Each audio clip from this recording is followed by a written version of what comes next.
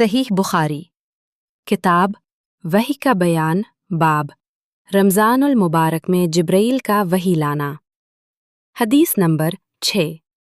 हमको अब्दान ने हदीस बयान की। उन्हें अब्दुल्ला बिन मुबारक ने खबर दी। उनको यूनुस ने। उन्होंने ज़हरी से ये हदीस सुनी। दूसरी सनद ये है कि हमसे बशर बिन मुहम्मद ने ये हदीस बयान की। उनसे अब्दुल्ला बिन मुबारक ने। उनसे यूनुस और मौमर उन दोनों ने ज़हरी से रिवायत की। पहली सनद के मुताबिक ज़हरी से उबैदुल्लाह बिन अब्दुल्लाह ने।